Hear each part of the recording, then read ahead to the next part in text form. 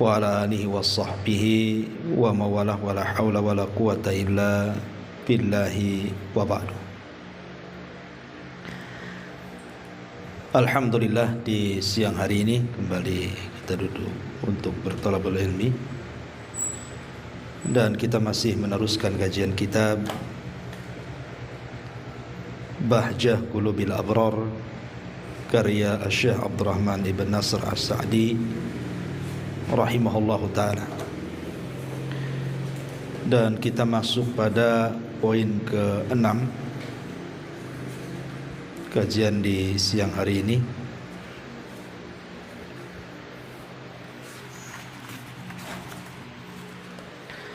Sifat seorang muslim. Kita baca hadisnya. An Abdullah ibn Umar radhiyallahu anhu qala qala Rasulullah sallallahu alaihi wasallam al-muslimu man salimal muslimuna min lisanihi wa yadihi wal muhajiru man hajara ma nahallahu anhu muttafaqun alaihi. Wa zada Tirmidzi wan Nasa'i wal mu'minu man aminahu an-nas ala dimaihim wa amwalihim. Wa zada al-Baihaqi wal mujahidu man jahada nafsahu fi ta'atillahi azza wa jalla. Dari Abdullah ibn Umar radhiyallahu anhu, dia mengatakan, Nabi bersabda, seorang muslim yang sempurna adalah yang kaum muslimin selamat dari gangguan lisannya dan tangannya, dan orang yang berhijrah adalah orang yang meninggalkan segala apa yang Allah larang. Muttafaqun alaihi. Al-Imam At-Tirmidzi dan Nasa'i menambahkan, dan seorang muslim yang sempurna adalah manusia merasa aman terhadap jiwa dan hartanya. Dan Baihaqi menambahkan, dan seorang yang berjihad adalah orang yang sungguh-sungguh melawan hawa nafsunya untuk melakukan ketaatan kepada Allah Subhanahu wa taala. Taib ma'asyiral muslimat yang dimuliakan Allah Subhanahu wa taala. Dalam hadis ini ada faedah yang sangat besar tentang hifdzul lisan, menjaga lisan.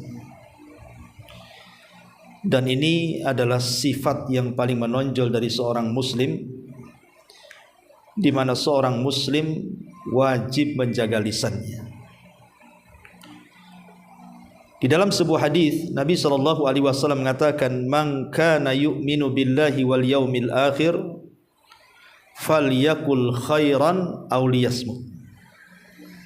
Barang siapa yang beriman kepada Allah dan hari akhir, maka ucapkan kalimat santun, kalau tidak maka sebaiknya diam. Ma'asyiral muslimat yang dimuliakan Allah Subhanahu wa taala. Lisan itu penerjemah hati. Makanya lisan itu cuma satu, sebagaimana hati juga satu. Beda dengan mata dua, telinga dua, kaki dua, tangan dua. Tapi lisan itu cuma satu, hati juga satu. Karena tidak mungkin dalam diri seseorang itu ada dua hati. Maknanya apa? Karena lisan itu adalah satu dan hati itu satu. Lisan ini sebenarnya penerjemah hati. Kalau lisannya yang keluar itu baik, santun, sopan, berarti hatinya juga baik.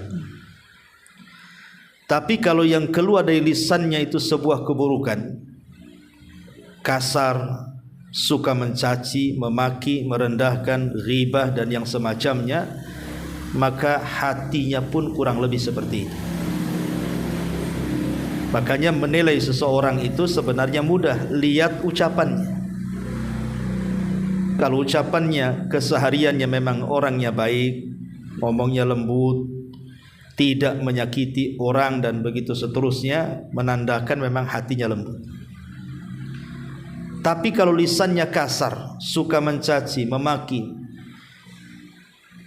memang kebiasaan lisannya itu mengeluarkan kata-kata kotor, maka itulah cerminan hatinya. Ma'asyiral muslimat yang dimuliakan Allah Subhanahu wa taala.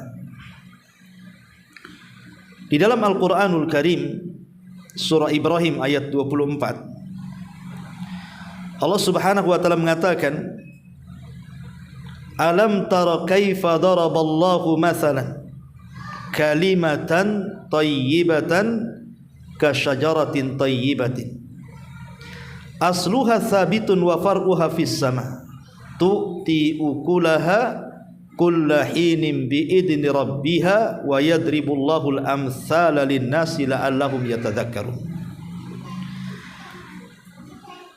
Alam tara kaifa daraballah, tidakkah kau lihat bagaimana Allah mempermisalkan kalimat yang baik itu seperti pohon yang baik, di mana akar-akarnya akan menancap di bumi, kemudian cabangnya akan menjulang ke langit, kemudian akan menghasilkan buah-buahan yang bisa dipanen kapanpun dengan izin Rabbnya. Begitulah Allah Subhanahu wa taala membuat permisalan kepada manusia agar mereka bisa berfikir. Lihat bagaimana Allah Subhanahu wa taala mempermisalkan ucapan yang baik itu seperti pohon yang baik. Pohon yang baik itu, kata Allah, ketika akarnya menancap di bumi, kemudian cabang-cabangnya menjulang ke langit dan penuh dengan buah-buahan. Kapanpun orang mengambil buah-buahan itu, maka dia akan bisa mengambilnya tanpa menunggu musim karena izin dari Allah Subhanahu wa taala. Maknanya ayat ini ingin katakan, orang kalau mengucapkan kalimat baik, Bu, bagi kita yang mengucapkannya pun terasa indah. Bagi kita yang mengucapkannya pun terasa senang.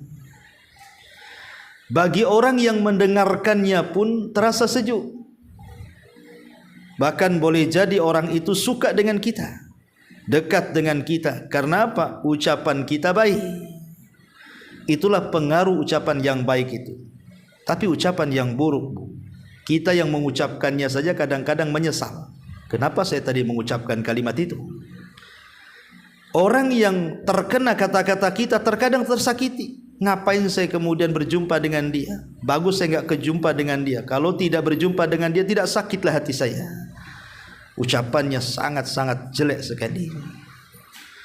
Begitulah Allah Subhanahu wa taala mempermisalkan kalimat yang baik dan yang buruk itu. Ma'asyiral muslimat yang dimuliakan Allah Subhanahu wa taala. Dan kalimat yang baik atau ucapan-ucapan yang santun itu cerminan akhlak seorang muslim. Makanya di sini muallif rahimahullahu taala mengatakan, menukilkan sabda Nabi sallallahu alaihi wasallam, al-muslimuna, seorang muslim yang baik, seorang muslim yang sempurna itu, man salimal muslimuna min lisanihi wa yadi, ketika muslim yang lain selamat dari lisannya dan selamat dari tangannya. Taib. Dalam sebuah hadis yang dikeluarkan Al-Imam Bukhari, tetapi bukan dalam sahihnya, di dalam kitabnya yang lain yang bernama Adabil Mufrad, hadis dari Abi Hurairah radhiyallahu anhu. Jadi sekelompok sahabat datang kepada Nabi sallallahu alaihi wasallam kemudian bertanya, "Ya Rasulullah, inna fulanatan taqumul laila wa tasumun nahar wa tasaddaqat bi fuduli amwaliha wa taf'alu wa taf'al." Rasul, kami ingin bertanya, ada seorang wanita muslimah yang tidak pernah meninggalkan salat malam, tidak pernah meninggalkan puasa sunnah, tidak pernah meninggalkan sedekah dengan kelebihan hartanya, dan banyak melakukan kebaikan ini dan kebajikan itu. Kemudian sahabat ini mengatakan, walakin ya Rasulullah tu'dhi jiranaha bilisaniha. Akan tetapi wahai Rasul, kekurangannya cuma satu, dia tidak bisa menjaga lisannya. Dia suka menyakiti tetangganya. Solat malamnya oke, puasa sunnahnya mantap, sedekahnya luar biasa, berbuat baiknya merupakan kebiasaan hidupnya. Tapi lisannya nih, tidak pernah dia menyakiti tetangganya. Lihat bagaimana balasan Nabi SAW. Kata Nabi SAW, la khaira fiha. Wanita muslimah yang seperti itu tidak memiliki kebaikan. Bal hiya min ahlin nar. Bahkan wanita itu layak masuk neraka. Lihat bu, wanita yang disabdakan Nabi SAW ini ahli salat malam, ahli puasa sunnah, ahli bersedekah, ahli melakukan kebaikan dan kebajikan, tapi ujung-ujungnya masuk neraka. Kenapa? Apakah dia berzina? Tidak. Apa dia mencuri? Tidak. Apa dia membunuh? Tidak. Apa dia minum khamar? Tidak juga. Lalu apa yang menyebabkan wanita ini masuk neraka? Satu dosanya, tidak bisa menjaga lisan. Makanya bahaya orang yang tidak bisa menjaga lisan ini, karena bisa menggugurkan pahala qiyamul lail, bisa menggugurkan pahala sunnah, puasa sunnah, pahala sedekah, pahala ini dan itu. Maka setelah kita tahu bahayanya lisan ini, maka dari sekarang jangan mengeluarkan kalimat kecuali yang baik. Ma'asyiral muslimat yang dimuliakan Allah Azza wa Jalla, jangan lagi cerita merangkai kata, Bu. Ibu memang sengaja merangkai kata, ingin ketemu orang, dan kata-kata itu sudah dirangkai dari rumah. Kalau ketemu saya ingin mencaci maki dia, sudah dirangkai itu kata-katanya itu. Jangan soal itu cerita. Seandainya orang tidak merangkai kata, kemudian mengeluarkan satu kata tanpa sadar loh ya, tapi kalimat itu membuat Allah murka, itu sudah cukup menenggelamkan kita ke dalam jahanam. Makanya ada hadis Nabi SAW yang sangat menakutkan. Kata Nabi SAW, innal abda la yatakallamu bil kalimati la yulki laha balan yahwi sahibuha fi nari jahannam ab'ad ma bainal masyriqi wal maghrib. Terkadang ada seorang hamba, Bu, mengucapkan satu kalimat. Lihat ibarah hadis, Rasul tidak mengatakan berkalimat-kalimat. Kata Rasul cukup satu kalimat saja, tapi satu kalimat ini membuat Allah murka.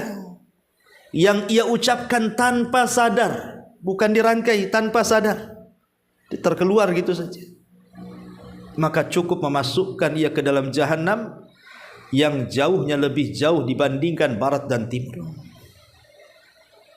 Makanya ma'asyiral muslimat yang dimuliakan Allah Azza wa Jalla, orang kalau dalam kebiasaan hidupnya mengeluarkan kata-kata santun ketika pikunnya, pasti itu yang dikeluarkan.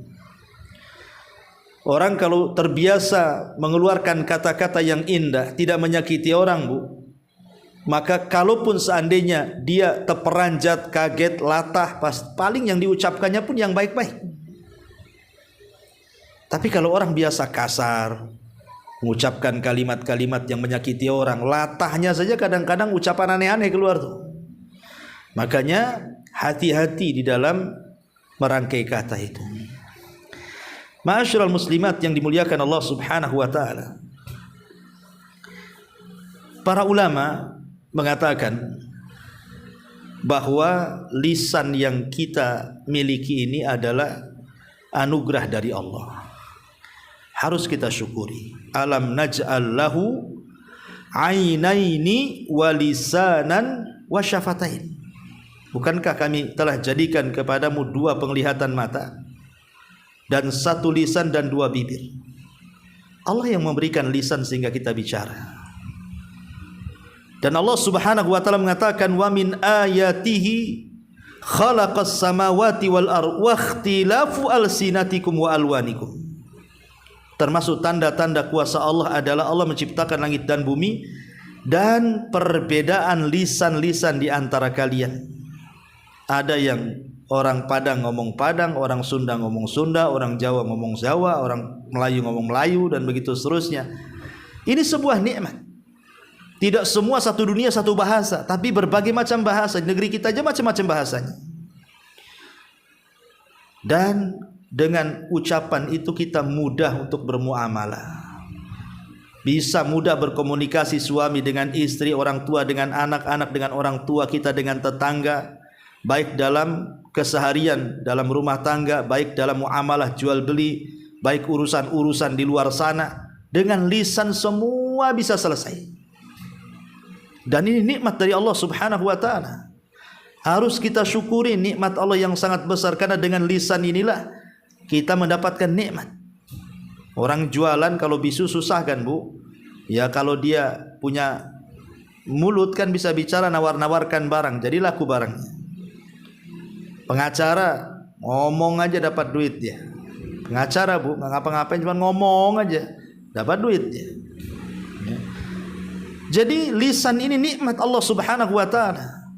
Makanya patut kita syukuri dengan tidak mengeluarkan kata-kata kecuali yang santun, dengan tidak mengeluarkan kalimat kecuali yang indah, dengan tidak menyakiti orang.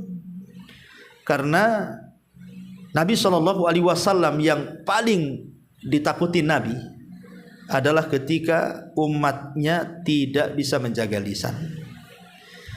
Dalam sebuah hadis yang dikeluarkan Imam Tirmidzi dari hadis Sufyan Ats-Tsaqafi, dia mengatakan, "Ya Rasulullah, ma akhwafa ma takhafu alayya." Rasul, kira-kira apa yang paling kau takutkan dari apa yang kau takutkan dari diriku, wahai Rasul? Maka Rasul kemudian memegang lisannya, kemudian mengatakan, "Hada, ini yang kutakutkan," katanya. Jadi ada seorang sahabat namanya Sufyan Ats-Tsaqafi. Dia mengatakan, "Rasul, kira-kira yang paling engkau takuti dari apa yang engkau khawatirkan dari diriku itu apa?" Maka Rasul mengatakan, "Ini," maksudnya lisannya, jaga lisan. Kenapa kemudian Nabi SAW sampai takut sekali dari lisan ini? Karena dalam hadis Mu'adz bin Jabal radhiyallahu an, dari anggota badan kita dari atas kepala sampai kaki itu, Bu, yang paling banyak memasukkan kita ke neraka itu lisan. Kata Nabi SAW kepada Mu'adz, "Thaqilatka ummuka ya Mu'adz, wa hal yakubbun nas fi nari jahannam illa hasaidu alsinatihim." Celaka wahai Mu'adz, bukankah kebanyakan manusia dijungkir balikan ke dalam jahanam itu akibat buah lisan mereka, kata Rasul. Karena lisan ini semua dosa ada. Kalau mata paling dosanya memandang, telinga mendengar, kaki melangkah. Tapi kalau lisan ini semua ada di situ, dari syiriknya, bid'ahnya, dosa besarnya, macam-macamnya. Ya. Gara-gara lisan orang bisa bunuh-bunuhan. Gara-gara lisan orang bisa bertengkar. Gara-gara lisan orang putus silaturahim. Gara-gara lisan orang durhaka dengan orang tua. Gara-gara lisan orang bermusuhan, macam-macam. Lisan ini puncak daripada malapetaka kalau orang tidak bisa menjaganya. Makanya kenapa kemudian Nabi SAW sangat mewanti-wanti soal lisan ini. Ma'asyiral muslimin yang dimuliakan Allah Subhanahu wa ta'ala, dari sini sebelum orang itu bicara, Buya, sebelum ibu bicara, perhatikan 5 perkara supaya tidak keluar dari lisan kita itu kecuali sesuatu yang baik. Apa 5 perkara itu? Pertama, ingat bahwa ucapan kita ini akan dicatat. Siapa yang mencatat? Raqib dan Atid. Ma yalfidhu min qaulin illa ladaihi raqibun atid. Tidaklah ucapan yang kita ucapkan kecuali pasti akan dicatat oleh Raqib dan Atid. Ini yang pertama. Sehingga kalau kita mikir bahwa setiap ucapan kita ini akan dicatat, maka kita akan hati-hati dalam bicara. Karena semua akan dicatat. Ucapan kita yang mengandung dosa akan dicatat, ucapan kita yang mengandung pahala akan dicatat, bahkan ucapan kita yang tidak mengandung dosa dan pahala pun tetap dicatat. Maka ini yang pertama. Yang kedua, bahwa ucapan kita akan dipertanggungjawabkan di hadapan Allah. Yauma tashhadu alaihim alsinatihim wa aydihim wa arjulahum bima kanu ya'malun. Allah mengatakan yauma tashhadu alaihim alsinatuhum, pada hari lisan-lisan mereka akan menjadi saksi bagi mereka. Wa aydihim, dan tangan-tangan mereka akan menjadi saksi bagi mereka. Wa arjulahum, dan kaki-kaki mereka pun akan menjadi saksi terhadap apa yang mereka lakukan. Jadi lisan kita akan jadi saksi nanti. Maknanya akan dipertanggungjawabkan di hadapan Allah Azza wa Jalla. Maka sebelum bicara, ingat bahwa semua ucapan kita akan dipertanggungjawabkan. Ada balasan. Kemudian yang ketiga, bahwa ucapan yang baik itu adalah sedekah. Kata Nabi SAW, wal kalimatu thayyibatu sadaqatun. Ucapan yang baik itu sedekah. Maknanya kalau kita mengucapkan kalimat yang santun, per kalimatnya itu ada pahala di situ. Ini yang ketiga. Yang keempat, bahwa ucapan yang baik itu adalah hidayah. Maknanya ketika kita mengucapkan kalimat santun, menunjukkan bahwa Allah memberikan hidayah kepada kita. Tapi kalau ucapan kita kotor, maka tanda bahwa kita tidak dapat hidayah dari Allah Subhanahu wa ta'ala. Dan yang terakhir, ingat, jangan pernah gara-gara ucapan kita menjadi dosa jariah. Jangan sampai ucapan kita menjadi dosa jariah. Kayak sekarang umpamanya Bu, Masya Allah ya, kadang-kadang ini medsos ini memang membuat kita banyak dosa. Kita lihat sekarang kan kalau di medsos itu kan ada TikTok, Ibu kan. Ibu main TikTok nggak Bu? Ya. Ada Instagram, ada Facebook, ada YouTube. Kadang-kadang aneh sih itu ya, mau dikatakan gila ya waras, mau dikatakan waras ya kayak orang gila gitu ya. Kadang-kadang handphone ditaruh di depan, kemudian joget-joget, nyanyi-nyanyi, lipstick dan lain sebagainya Bu. Kadang-kadang dia buka aurat, nggak pakai jilbab, kemana-mana entah apa yang dia omongkan di situ. Yang penting banyak yang nonton, yang penting banyak penggemar. Dia nggak pikir kalau dia mati sementara yang ada di handphone itu belum terhapus dan sudah menyebar satu dunia, itu jadi dosa jariah Bu. Jadi dosa jariah itu jadinya. Makanya di zaman fitnah seperti ini, jangan nulis sembarang nulis, jangan posting sembarang posting, jangan ngomong sembarang ngomong, karena semua ada pertanggungjawabannya. Jangan sampai perbuatan kita menjadi dosa jariah, dosa yang mengalir. Maka ingat 5 perkara ini.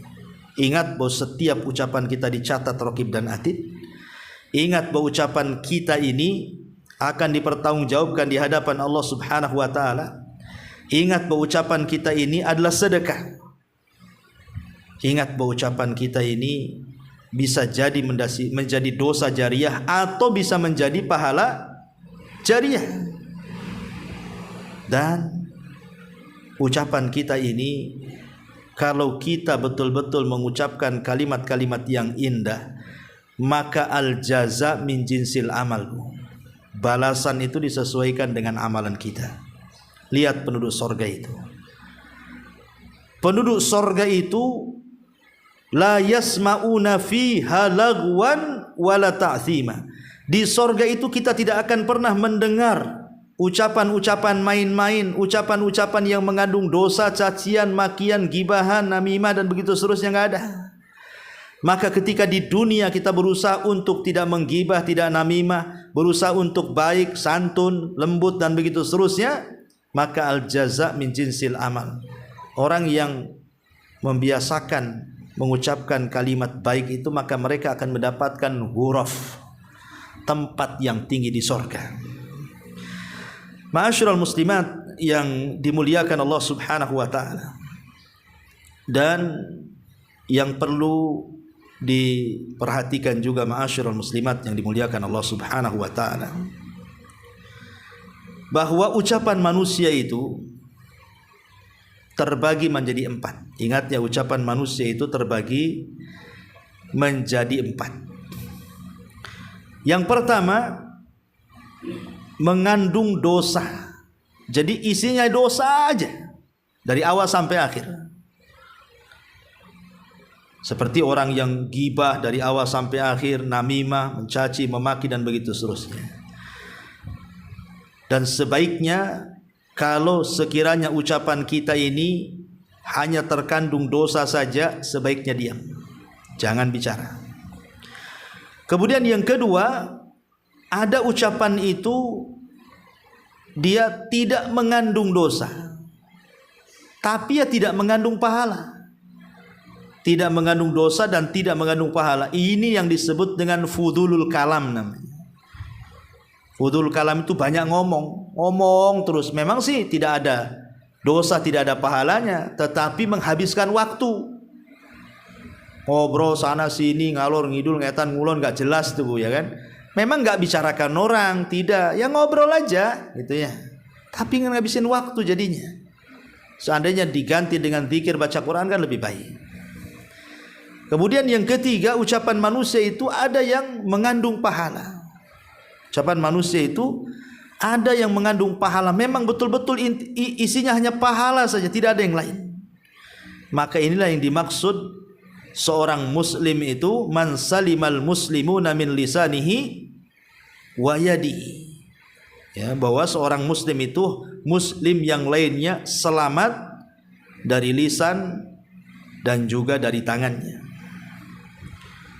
Ma'asyiral muslimat yang dimuliakan Allah Azza wa Jalla. Dan yang terakhir, ucapan seseorang itu mengandung, satu sisi mengandung manfaat, sisi lain mengandung madarat. Ya, 50-50 itu. Maka sebaiknya ditinggalkan juga. Lah 4 macam ini, Bu, semua akan dihisab di hadapan Allah Subhanahu wa taala. Semua akan dihisab di hadapan Allah. Baik ucapan yang mengandung dosa 100%, baik ucapan yang mengandung pahala 100%, baik dosa yang tidak mengandung pahala dan dosa sama sekali, atau yang mengandung pahala dan dosa 50%, semuanya akan dihisab. Makanya hati-hati, ini namanya afatul lisan.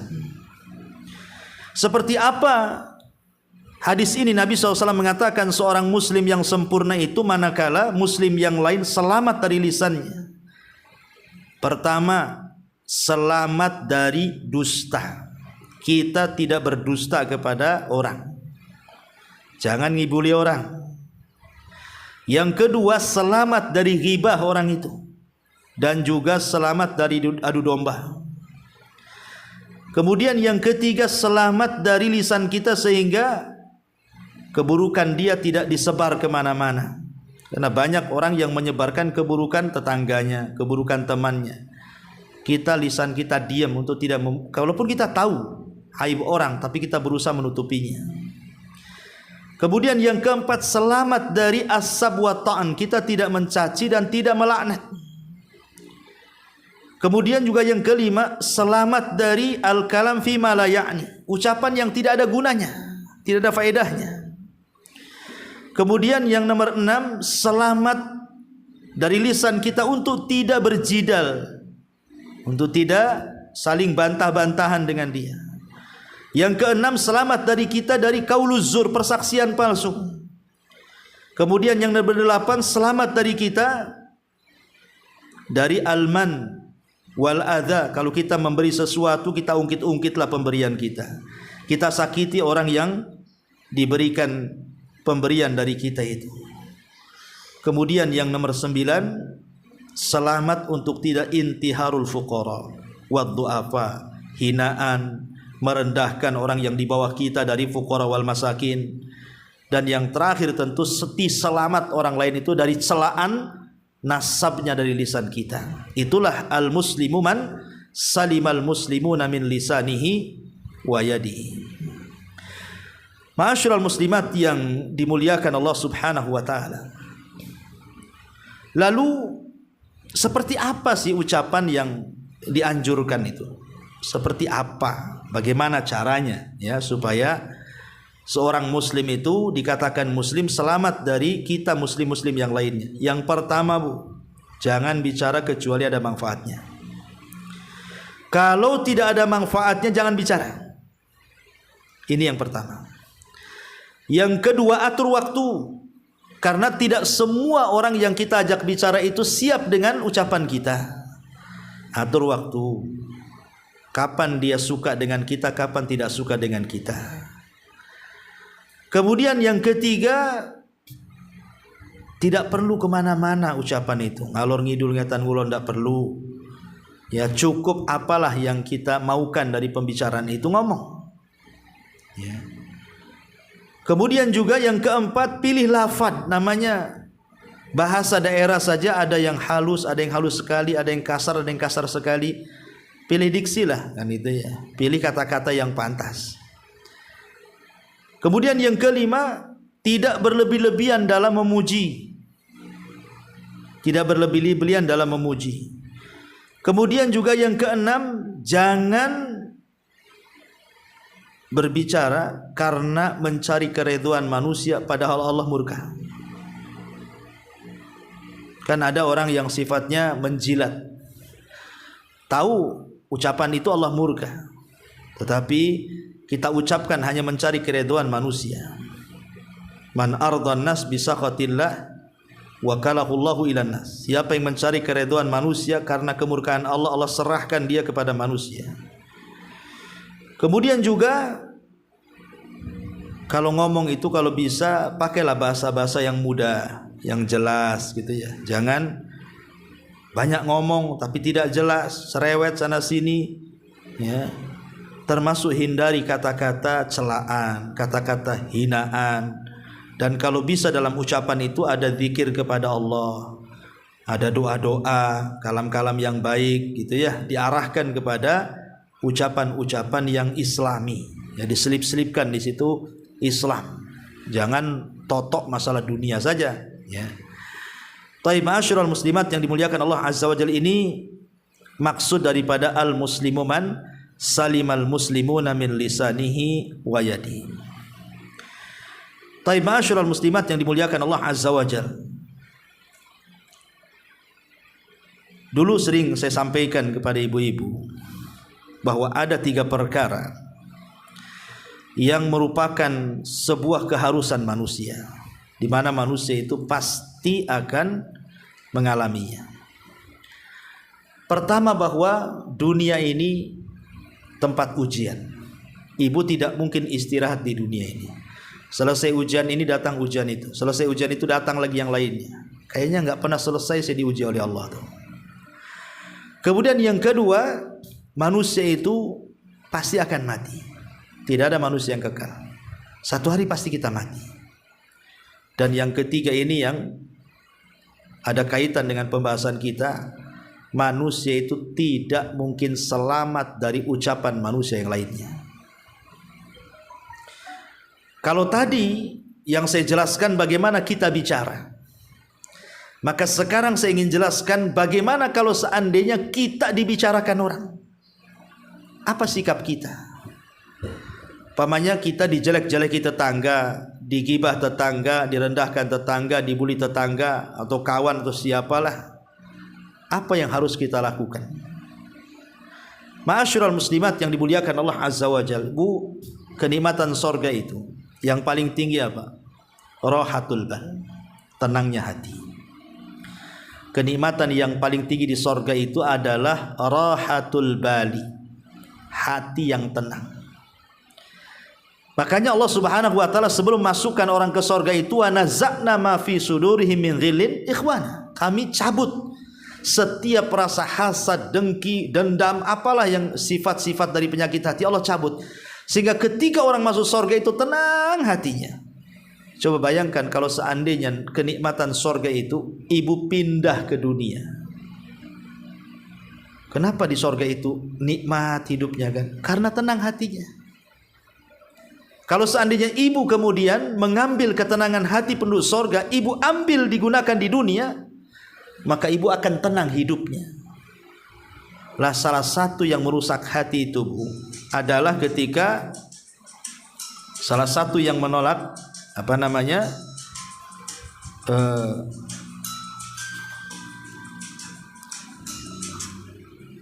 Saya ulangi, afwan. Jadi salah satu yang bisa mengotori hati, menjadikan hati kita tidak tenang, menjadikan hati kita tidak tentram, tercabut kenyamanan dan keindahan hidup itu, salah satunya adalah ketika kita tidak tahan dengan ucapan manusia. Bu, ucapan manusia itu sebenarnya tidak memudaratkan kita, asal tidak dimasukkan ke hati, gitu maksudnya, Bu ya. Kalau ucapan manusia itu hanya masuk di telinga kiri, keluar telinga kanan, itu insya Allah, Bu, ibu akan tenang. Buat bandel aja lah bahasa kitanya, bandel atau istilahnya apa ya, kebal gitu ya, bebal atau apa gitu. Masukkan aja ke telinga kanan, keluar, biarkan dia keluar dari telinga kiri. Kalau itu yang terjadi, Bu, ibu masih tenang. Masalahnya kalau dia masuk dari telinga kanan, turun pula ke hati, itu yang jadi madarat. Ketika ucapan manusia itu masuk ke dalam hati kita, itu yang menjadikan kita tidak tenang tuh. Makanya di sini perlu ada kaedah manajemen menjaga hati dari ucapan manusia. Macam mana caranya? Saya kasih tips, beberapa tips saja, Bu ya. Pertama, ya, kita tahu bahwa ketika Allah Subhanahu wa taala menciptakan manusia pertama kali, siapa? Adam. Ketika Allah ciptakan Adam yang merupakan bapak kita, Allah sudah anugerahkan kepada Adam itu bisa bicara. Artinya manusia itu sudah bicara sejak dulu sampai hari ini, bahkan sampai kiamat manusia itu akan terus bicara. Dan tidak ada yang bisa menghentikan bicara manusia. Kalau ibu menghentikan bicara manusia, sama menghentikan terbitnya matahari, sama mau memberhentikan terbitnya bulan, mustahil. Matahari itu kalau dicaci maki tetap dia terbit. Jadi tidak bisa menghentikan bicara manusia itu. Sama dengan menghentikan matahari, mustahil. Lah karena manusia itu akan terus bicara dan mustahil untuk dihentikan bicaranya, maka biarkanlah manusia itu bicara, Bu. Biarkan mereka bicara. Karena manusia itu akan sulit untuk dihentikan. Dia akan terus bicara. Makanya karena manusia akan terus bicara, biarkan manusia bicara. Terserah mau bicara apa. Ya. Ini yang pertama, Bu. Tidak perlu ibu ngerem ucapan orang, biarkan dia, biar dia ngoceh sendiri, biarkan. Ibu tidak perlu ngereken bahasa kitanya, mempedulikan, tidak perlu. Karena memang manusia sejak dulu sudah bicara, maka biarkan dia bicara. Toh juga dia memang manusia, harus bicara. Ini yang pertama. Yang kedua, Bu, ada tipe-tipe manusia itu yang memang Allah Subhanahu wa taala takdirkan ucapannya itu nyakiti kita. Di dalam surah Luqman Allah Subhanahu wa taala mengatakan, Inna angkaral aswat la sautul hamir. Sesungguhnya suara yang paling buruk yang ada di permukaan bumi adalah suara keledai ketika bersuara. Keledai salah apa, Bu? Kenapa Allah mengatakan seburuk-buruk suara keledai? Bukankah yang menciptakan keledai Allah? Bukankah yang membuat suara keledai juga Allah? Tapi kenapa Allah Subhanahu wa taala mengatakan seburuk-buruk suara adalah suara keledai? Karena ada yang mengatakan bahwa keledai itu akan meringkik kalau dia melihat setan di malam hari. Tapi yang ingin saya katakan, Bu, ada tipe-tipe manusia itu seperti keledai yang sudah ditakdirkan Allah memang ucapannya itu buruk. Maka biarkan saja dia bicara. Sebagaimana Allah menciptakan keledai, Allah menciptakan suara keledai, dan Allah katakan seburuk-buruk suara keledai. Berarti ada yang Allah ciptakan dari manusia, yang menciptakan manusia Allah, yang menciptakan ucapan manusia juga Allah. Tapi ada yang ditakdirkan manusia itu ngomongnya itu loh nyakiti orang,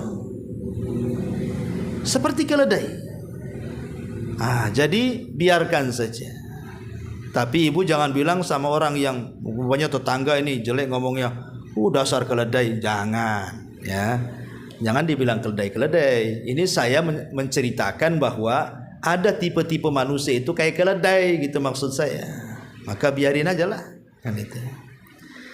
Kemudian yang ketiga Bu, ingat bahwa sehebat apapun orang itu mencaci maki ibu, sehebat apapun orang itu menghina ibu, sehebat apapun orang itu merendahkan ibu, menggibah ibu, menamimah ibu, ucapan manusia itu tidak merubah takdir. Ingat, tidak merubah takdir Bu.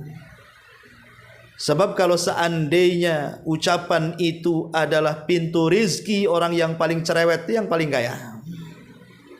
Justru orang paling cerewet itu yang paling miskin dijauhi orang. Ingat, ucapan manusia tidak merubah takdir. Biarkan mereka bicara, takdir kita loh nggak dirubah gara-gara ucapan itu. Justru ucapan buruk manusia kepada kita itu menjadi ladang bagi kita pahala di akhirat. Justru ketika manusia merendahkan kita, menjadikan derajat kita diangkat di akhirat. Ambil hikmahnya, jangan ambil keburukannya. Berjalan dengan takdir. Ucapan manusia itu tidak memendekkan usia kita. Lihat orang-orang yang menghina Nabi lebih dulu mati mal daripada Nabi. Abu Lahab menghina Nabi lebih dulu mati daripada Nabi. Abu Jahal menghina Nabi lebih dulu mati daripada Nabi. Biarin aja. Ya, jangan-jangan yang mencela ibu itu lebih dulu mati pula nanti daripada, jangan ibu pula lebih dulu mati. Kenapa? Akhirnya dipikirin stroke mati pula ibu. Jangan Bu. Kalau bisa yang menghina ibu yang mati, jangan ibu pula yang duluan mati gara-gara ucapan manusia masuk ke dalam dada ibu. Makanya ada istilah Bu, jangan memindahkan bara api di hati orang, dipindahkan pula ke dalam hati kita. Orang yang tidak suka dengan kita itu karena punya bara api itu di dadanya. Ada api yang sedang bergejolak di dalam hatinya. Biarkan dia terbakar. Jangan pula api itu dipindah pula ke ibu karena terpengaruh dengan ucapannya ibu jadi emosi. Ini jadi terbakar dua-duanya nantinya. Maka biarkanlah ucapan manusia itu. Karena manusia itu dari dulu sudah bicara. Biarkan saja, lama-lama juga pasti akan ada waktu berhentinya. Ya. Ma'asyiral muslimat yang dimuliakan Allah Subhanahu wa taala. Dan yang harus dipahami juga Bu. Biasanya orang-orang yang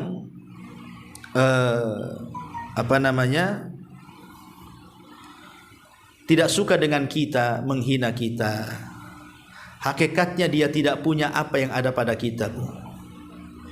Kalau dia punya apa yang ada pada kita, tidak mungkin dia menjelek-jelekan kita.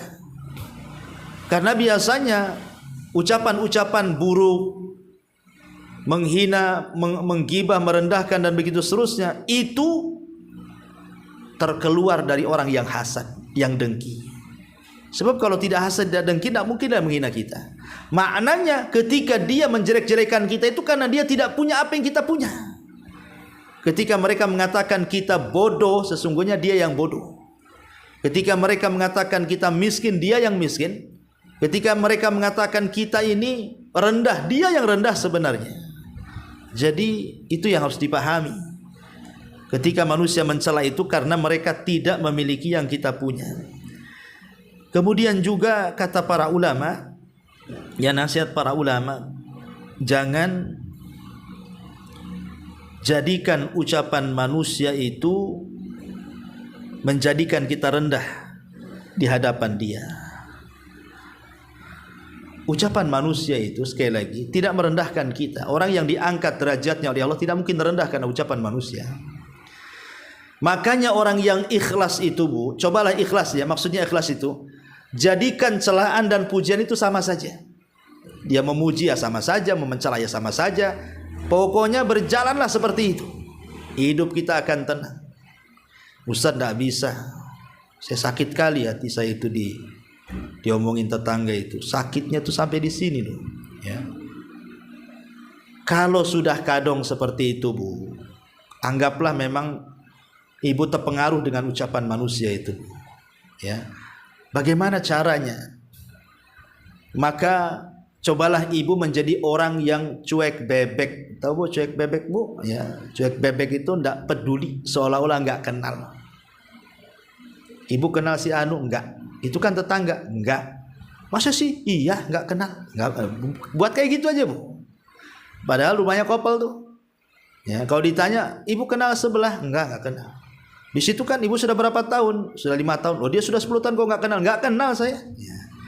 Dibuat cuek bebek aja, nggak peduli. Ya, sebab kalau seandainya ibu akhirnya dibilang ibu kenal si Anu, oh kenal, ya, itu orang jahat. Jadi akhirnya kan ngomong yang enggak jadinya. Maunya kita terbedakan mana orang baik, mana orang jahat, mana berakal, mana tidak. Akhirnya sama juga dengan kita. Akhirnya jelek-jelekan juga di hadapan orang lain kan. Maka jangan pedulikan. Karena terkadang kita melawan musuh itu tidak harus lewat senjata. Ucapan buruk dibalas buruk, ucapan cacian dibalas cacian, tidak. Terkadang kita mengalahkan musuh itu cukup dengan diam dan tidak mempedulikan. Dan terus berdoa kepada Allah Azza wa Jalla, semoga dia dapat hidayah. Dan yang terakhir ini sebagai nasihat, Bu, supaya tenanglah kan itu. Kalau ibu dihina, dicaci, dimaki gitu ya.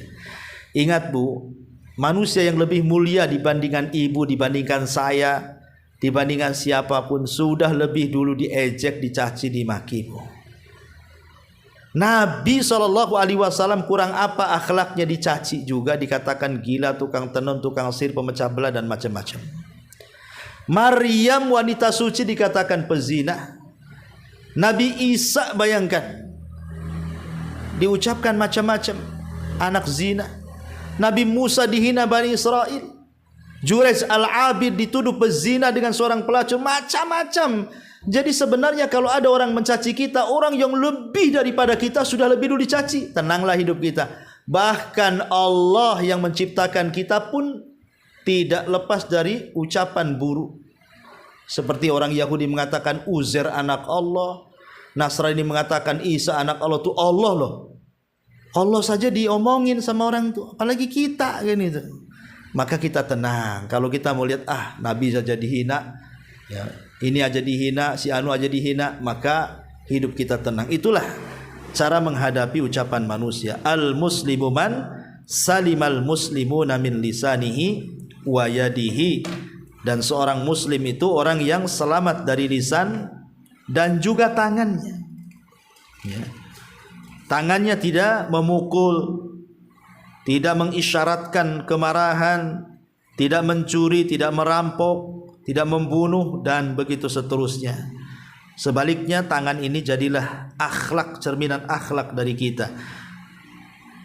Ringan tangan, mudah membantu orang, dan begitu seterusnya. Itulah seorang muslim. Senang dengan tangan kita, bukan malah benci dengan tangan kita. Kemudian juga di sini Nabi SAW mengatakan wal muhajiru man hajara ma nahallahu anhu. Dan seorang yang berhijrah itu adalah orang yang berhijrah dari apa yang Allah larang. Dulu di zaman Rasul, hijrah itu benar-benar hijrah, Bu, dari Mekah ke Madinah. Tapi setelah Fatu Mekah tidak ada hijrah lagi. Kenapa? Karena dua negara itu sudah muslim, Mekah dan Madinah sampai sekarang. Berarti yang berlaku adalah bukan hijrah dari negeri muslim ke negeri, dari negeri kafir ke negeri muslim. Tapi sekarang yang berlaku adalah hijrah dari apa yang Allah larang kepada kita. Ketika dulu kita sering berzina, kemudian tidak berzina, berarti kita sedang berhijrah. Dulu suka gibah, sekarang sudah berhenti gibah, berarti kita sudah hijrah. Dulu kita sering mencaci dan memaki, sekarang lembut kata-katanya, berarti sudah hijrah. Dulu saya suka mabok, sekarang sudah berhenti mabok, berarti hijrah. Dulu saya pernah menggibah tetangga, sekarang sudah berhenti, maka sudah hijrah. Pokoknya apapun yang dilarang Allah kita tinggalkan, berarti ibu sedang berhijrah tuh. Makanya hijrah itu kalau bisa jangan hijrah baju saja, ya, akhlak juga dihijrahi. Karena banyak umat itu Masya Allah kalau soal pakaian udah top markotop lah, ya, cadarnya pun luar biasa yang bermerek, kadang-kadang mereknya nggak dicopot pula di situ. Jadi kadang-kadang ada orang yang hijrah itu setakat pakaian saja, kalau pakaiannya luar biasa, berangkap-rangkap gitu ya. Tapi kadang akhlak nggak dirubah. Kan aneh, masa yang hijrah pakaiannya orangnya enggak? Ya kalau bisa ya dua-duanya lah, pakaiannya hijrah, orangnya pula hijrah gitu. Pakaiannya sudah hijrah, orangnya yang pakainya tidak hijrah. Kan terbalik ini. Ya, pakaiannya hijrah, orangnya juga hijrah. Dulu belum ngaji, masih suka gibah, sekarang sudah ngaji, malas gibah. Ini enggak. Belum ngaji gibah, udah ngaji makin parah gibahnya. Ya, belum ngaji 1 jam gibahnya, sudah ngaji 1 hari gibahnya. Durasinya ditambah. Jadi kalau bisa itu hijrah dua-duanya. Itulah orang hijrah, orang yang betul-betul meninggalkan apa yang Allah larang. Kemudian juga wal mu'minu man aminahun nas ala dima'ihim wa amwalihim. Seorang mukmin itu yang manusia aman dari darah dan hartanya, tidak membunuh, tidak merampok, ya. Dan yang terakhir wal mujahid man jahada nafsahu fi taatillah. Seorang mujahid itu orang yang menjaga hawa nafsunya dalam ketaatan kepada Allah Subhanahu wa taala. Wallahu alam. Inilah keterangan hadis yang ke-6, sifat seorang mukmin. Taib, sebelum saya tutup kita buat tanya jawab.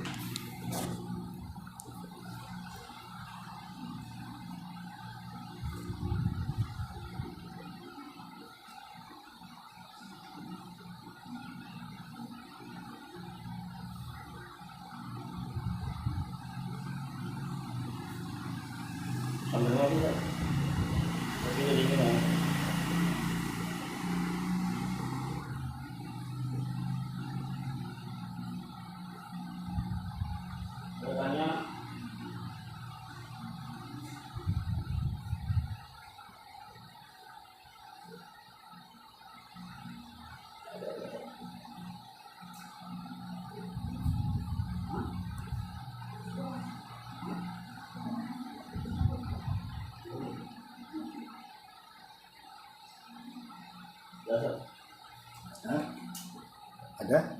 Itu mau kasih donasi. Oh, masya Allah. Stop aja dulu, Ustaz.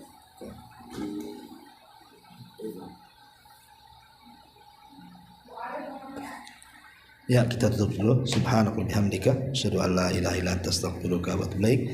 Allah ta'ala. Assalamualaikum warahmatullahi wabarakatuh.